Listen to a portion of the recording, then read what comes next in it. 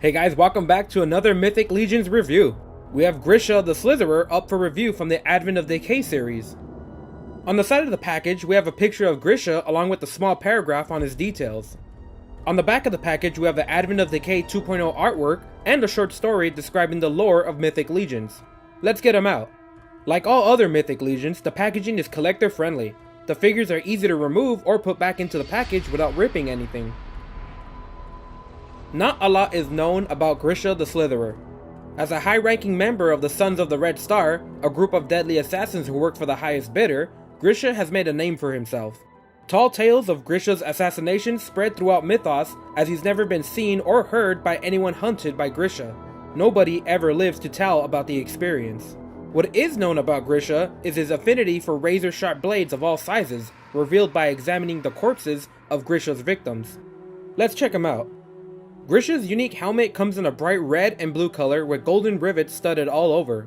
We can see a small swirl pattern engraved on his forehead. On the top of his helmet, we have a blue swirl with a small golden spike at the top. On the side of his head, we can see a bit of the weathering on the helmet. Small patches of dark dirt stain the helmet and the grime piling up on the folds on the armor. The chest has a lot of sculpting detail in it. Small swirls are carved into the armor that's plated on top of each other. Painted a bright red with a purple centerpiece, the armor is toned down in brightness by all the dirt and grime that gets in between the detailed patterns.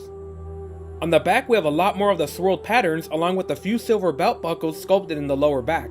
The dirt and grime continues to spread all over the back. On the shoulders, we have small plates of red armor stacked over each other, with a blue and gold stripe down the center.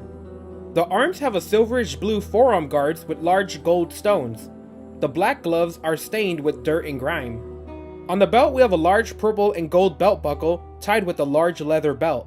Attached to the belt is purple leather armor with golden rivets holding the layers over each other. On the side of the skirt, we can see more of that purple leather armor, held up by a golden piece with more of that swirl design. Underneath the belt, we continue to have more of that dirty red armor, with the larger purple stripe down the center. The leg armor is purple with a single golden rivet at the center. We have more of the swirly pattern that's sculpted onto the metal, matching the rest of the armor. The black leather shoes have a cracked texture, highlighted by all the small patches of brown dirt.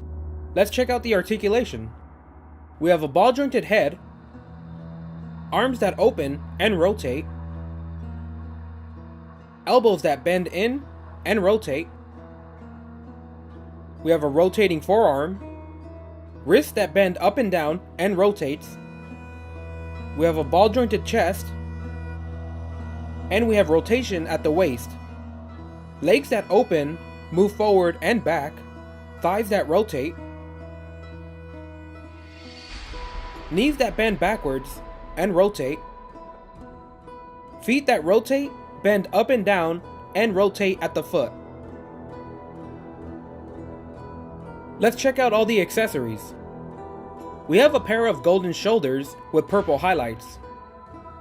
Installing the shoulder is as easy as matching the peg with the socket on the back. We get a cape with holes punched in at the top. It's made of a stretchy material. To install the cape, you thread the shoulder armor pegs into the cape. You can then attach the shoulder armor normally, and then fluff out the cape a bit to give it a better appearance.